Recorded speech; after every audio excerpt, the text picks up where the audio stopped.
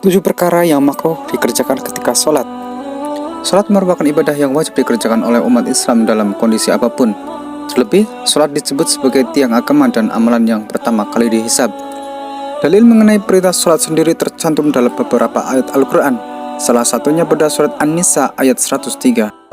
Inna as-salata kanat 'alal mu'minina kitaban mawquta. Berkaitan dengan itu, ada sejumlah hal-hal makruh yang sebaiknya dihindari agar ibadah menjadi lebih khusyuk dan sah. Apa saja yang termasuk ke dalam perkara makruh tersebut? 1. Menoleh dengan kepala atau pandangan ke kanan atau ke kiri. Memalingkan wajah dan dada ketika sholat makruh hukumnya.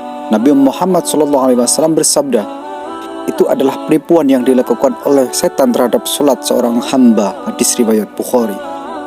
Dalam hadis lainnya dari Anas radhiyallahu anhu, dia berkata bahwa Rasulullah bersabda, jauhilah olehmu menoleh dalam sholat. Sesungguhnya menoleh dalam sholat adalah sebuah kebinasaan. Jika memang harus, lakukanlah dalam sholat tatawwu, bukan dalam sholat fardu. Hadis riwayat Tirmizi. 2. Memandang ke atas. Mendongak atau memandang kepala ke atas juga makruh hukumnya. Anas bin Malik berkata, Rasulullah bersabda, hendaklah orang-orang berhenti mengangkat pandangan mereka ke langit ketika berdoa dalam sholat atau mata mereka akan tersambar. 3. Meletakkan tangan di pinggang. Meletakkan tangan di pinggang juga dilarang ketika sholat. Ini dijelaskan dalam hadis riwayat Bukhari dan Muslim. Nabi SAW melarang seseorang sholat muhtasiron atau tangan diletakkan di pinggang. Hadis riwayat Bukhari dan Muslim. 4. Menahan rambut, lengan baju atau pakaian yang terjulur saat akan sujud. Dari Ibnu Abbas radhiyallahu anhu, Rasulullah SAW bersabda, kita diperintahkan untuk sujud di atas 7 tulang dan kita tidak boleh menahan pakaian serta rambut atau ketika mengerjakan sholat.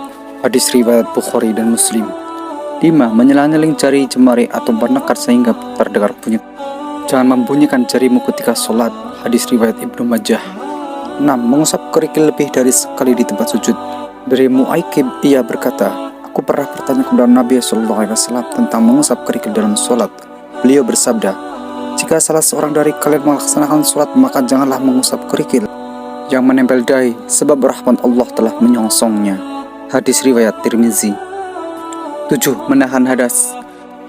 Maksud dari menahan hadas ini ialah kencing, kentut, dan buang air besar. Hukum makruh ini disebabkan apabila seorang muslim menahan hadas, khawatir mengganggu kekhusyuan sholatnya. Dari Aisyah radhiyallahu anhu, dia berkata, aku mendekat Nabi Muhammad SAW bersabda, tidak sempurna sholat ketika hidangan sudah disajikan, dan tidak sempurna pula sholat orang yang menahan buang air besar atau kecil.